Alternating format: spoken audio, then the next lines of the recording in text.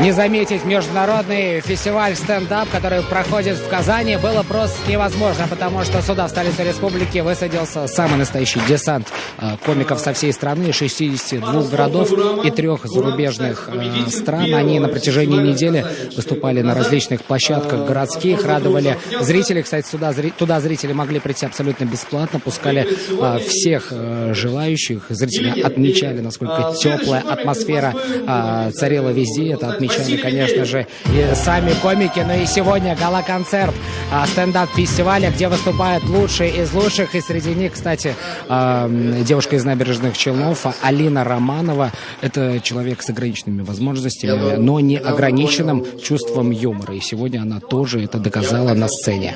А еще я не понимаю, как мои родители больше 20 лет вместе, потому что папа очень любит шутить, он любит использовать сарказм, а мама часто принимает его как правду.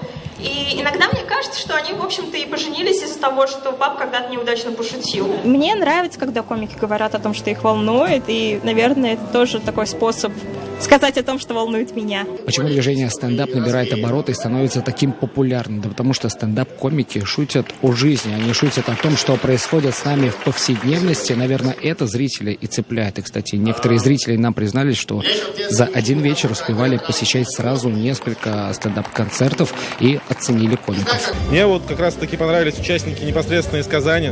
То есть очень много шуток на тему разницы культур, на какие-то свои внутренние истории, которые очень интересно слушать. Все мероприятия посетили, зарядились позитивом.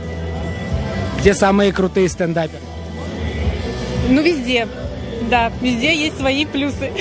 Я как-то ехал в троллейбусе и услышал очень странные сообщения, типа: «Уважаемые пассажиры, если вы нашли предмет, похожий на взрывное устройство, сообщите об этом водителю или кондуктору». Я думаю, а почему только им?